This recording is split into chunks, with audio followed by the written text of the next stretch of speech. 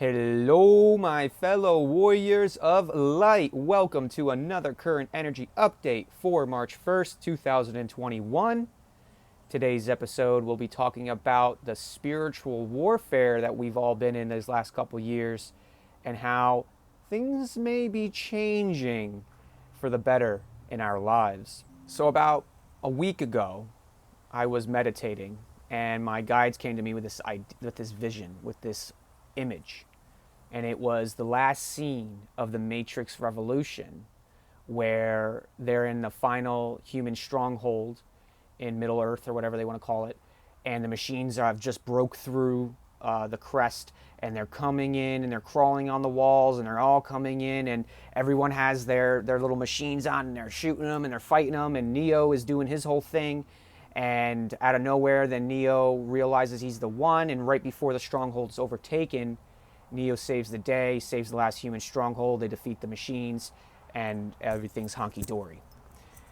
That's kind of what they came to me with this last week, was this idea that, in a way, we've been in this spiritual war, which we've known about, but we've been in a spiritual war for a very, very long time, tens of thousands of years. But specifically, these last 3 years has been the most intense parts of that spiritual battle. Now, I thought I was going to be good by the beginning of this year, right? I thought everything was going to be great. I would have my energy, I'd have my stamina, I'd have all these things, and in reality, I just went into a deeper mode of healing. I went into even deeper layers of my past, deeper levels of who I used to be, and over the last week, I realized that it's time for me to start shedding and letting go, even the person I just created 6 months ago. I feel like we're shifting timelines left and right. I feel like every day I come down, I'm a different person, and I have to, it takes me 6-7 hours to learn who this new person is. I finally get into a groove, and then I go back to sleep and I wake up and it's chaos all over again. And I just couldn't understand why. It is a big reason why I haven't made as much content. My mood's been all over the place. I've just been up and down, and I just haven't understand my own energy. And finally, they came to me with this idea that we've been in spiritual war. And a lot of us are in the fog of war right now. And what the fog of war is when, say, a soldier's in real combat for prolonged periods of time, and there's bombs going off and bullets going everywhere and people dying and chaos. After so long, the energy system in your body, your energy system, just can't deal with the amount of stimuli that's happening all the time, and you start to get this fog over you where you're just kind of like run down. You don't really care anymore. You're just like a vessel. You're an empty vessel of the person you used to be. And what they were basically telling me was that we're in this techno fog of war right now, and that a lot of the reasons why my energy keeps dipping is because I keep frolicking in fields of drama and human drama, and manipulation and propagation and false information and bullshit, and that's causing my energy to be taken from my focus of healing, and I'm now giving it to the egregore that is this geopolitical bullshit that's happening in our world right now. And so what they wanted me to come on this energy update and talk to you all about today is this idea that through spiritual warfare and this technical fog of war, we're freaking exhausted. And that if you're feeling kind of crazy and you're feeling like you're apathetic and you feel like you don't want to do anything, and everything that you just thought you liked, now you don't like just give yourself a day, give yourself 2 days, let yourself breathe, let yourself rest, let yourself hang out, because we want to know why, we want to know what's happening, we want to know what's going to happen. Well, what can we do? How do we plan? That's not time right now. The time is for us to go within and take care of us so that we are strong for this new season. And that's what they were telling me. It's March 1st. Spring has sprung, at least here in Florida. Maybe not all around the country or around the world, but for me specifically, and for what I see, spring has sprung. The dark winter is over. This Matrix Revolution battle, it was the end. It was the final spirit battle to save humanity. Will there be more battles? Probably. Is there still human stuff that we have to let go of, and the residual trauma that we have to transpose and transmute? Yes, absolutely. But the major spiritual battle is over. And the way I look at it from a geopolitical view is I look at it as the other side, they've wasted all of their ammunition. They've played all their cards and they have nothing left. and they're losing support quickly. So in a way, they like the machines had that last push to get into the human stronghold and take them out before Neo figured out how to defeat them. And in reality, that's kind of what just happened. You see the other side that just gave their final push. They threw everything at us. They threw everything at what's happening on the planet, and we just shook it off. And now it's our time to go to work. Now it's our time to take on to the offensive. So it's the end of the dark winter of the soul, and spring has sprung. I just stated that. But in reality, that's kind of what they told me last night when they came to me. They said that, congratulations, you've just now moved through your dark winter of the soul. And it ended with that I did a beautiful full moon ceremony. It was the snow moon for the end of February. And when I was done meditating and bringing in my intentions for the month, they came to me and told me that, you finally made it through it. You finally made it through that dark winter, in which I thought I was going to be through it a year ago, And so the thing about the dark winter of the soul is we want it to end, but it's only going to end when it's time. And now March 1st is here. The new season has come. There's more hope on the planet than ever. More of us are awakening than ever. It's time to move into that spring. It's time to start planting those seeds for us to sow in October during harvest season. And something else they told me about was basically our collective resistance towards ease and grace. We have this collective resistance towards doing the things that bring us love, that bring us light, that are easy, that are graceful, that we're good at, because we've been programmed and manipulated to believe that we have to grind tooth and nail and hate every moment of it to make ends meet. We have to trade our time for money. We have to do this. We have to do that. We have to serve. We have to worship, which in reality, the term worship came from a term of Sumeria that said for work. That's all it is. That's all worship is. And so that's why I say to do the right work at the right time is super important, because you're worshiping yourself by doing the right work at the right time, by doing what you need more than what you want. You worship God because you are God by taking care of ourselves. That's how we do it. And so part of this self-care and self-love that I talk a lot about is founded in honoring ourselves and honoring the things we've seen, we've done, we've accomplished, we've worked through, we let go of, the skills we've obtained, the experiences we've gone through, the knowledge and wisdom gained. That is how you honor ourselves. That is what we focus on to bring more love and light into this world, to bring more love and light into ourselves, is to honor those gifts that the universe has given us by pursuing them, by pursuing our passion, and by only doing things that fill us with light and love, because in reality, the only thing we can do for the collective is to raise our vibration and frequency, and the only way to do that is to honor ourselves by doing the things we love. And in order for us to get to that point where we can honor ourselves and we can let go of this resistance towards ease and grace, is to shore up our quantum timelines from our past by visualizing the memories, the traumatic memories, and changing them. So a big thing I did for my healing was called accelerated resolution therapy, which uses waking hypnosis, rapid eye movement, to bring someone out of fight or flight, to reduce their parasympathetic nervous system out of fight or flight, so that they can get back into heart resonance, and then their body can reach homeostasis and heal. We have these memories from our past that are still playing in real time in our brains, and we're reacting to them as if it's actually still happening to us. And as part of accelerated resolution therapy, for me, was to help the PTSD that was stuck in the frontal lobe of my brain to digest out.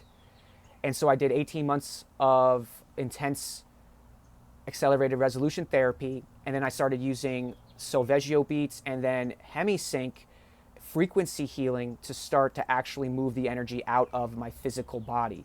So there's a two-step process: is you got to find the root, and then you got to move it out. And one of the ways to do that is to shore up your quantum timelines by going into your past, finding those memories that aren't the best, that are triggering and that have not been so good, and tweaking them to be not so negative, to not be so damning to your energetic beingness in this now moment. And the way we do that is we let go of the past. by going into it and going, all right, there was this memory I had from my childhood, I didn't like it. So I'm going to go in there and I'm going to visualize something different happening. I'm going to visualize myself coaching my little kid, my little scared boy or girl inside, my ego, into handling that situation better. I'm going to express myself in a way that I didn't express myself then, and I'm going to let it go. And then I'm going to draw out my future, right? So I'm going to draw out my future, visualize exactly what I want my future to look like, what my body looks like, what my career looks like, what my relationships look like, what my house looks like, and I'm going to visualize that. I'm not going to take my time and energy and put it into the past because I let it go already. Now I'm going to take my time and energy and focus on building my future. And then once I have that idea, that image of the future in my head, now I'm going to stop, stay present, do the right work at the right time by honoring myself, by helping myself heal, by helping my temple clear, by putting in the right energy and nutrients and fuel so that I can continue raising my vibration and frequency. And I'm going to walk into my future in each now moment because I'm doing the right work at the right time. And this is how we analyze, resolve, release, and realign. That's the point of this. Is we must analyze what it is that's holding us back. We must resolve it by shoring up our timelines, by going into past memories and changing the details that are causing stress and trauma. Then we release those memories, we draw up our future, we release that future, and then we realign ourselves in our now moment to walk into that future. By changing the things we're doing in the now that would have brought us into recreating our past, we're now going to change and do things differently that's going to create our future. This will keep us from no longer seeking external validation or approval. Don't ask for permission to do the things to be great. And the reason I say this is because one of the tests that came to me this last week, and I was very challenging, was I was at my wit's end. I was in a lot of physical pain. I was in mental anguish. I was processing a lot. I was purging a lot.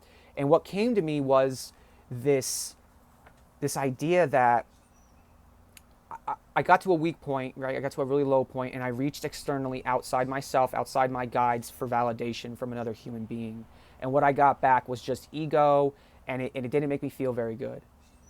And it kind of triggered me, and it just, I didn't understand why it happened that way. And what they came to me was because I reached outside myself for the answers and solutions I already have inside. I don't need to be validated on the spiritual path by anyone else. I don't need to be validated in my theories and in my ideas.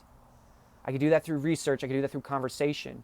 But trying to almost egotistically talk with somebody about this stuff to validate the craziness that I'm going through, it's how you reduce your vibration. And the higher you bring your vibration up, the higher you bring your resonance up, the easier it is to bring it down with little tweaks that you make that are not so positive.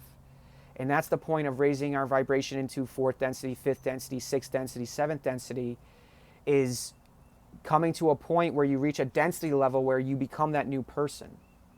You have to become a whole new being with each density level you get to, because you can no longer be the person you are, because that is the person that's keeping you at the lower density level. It's a paradox.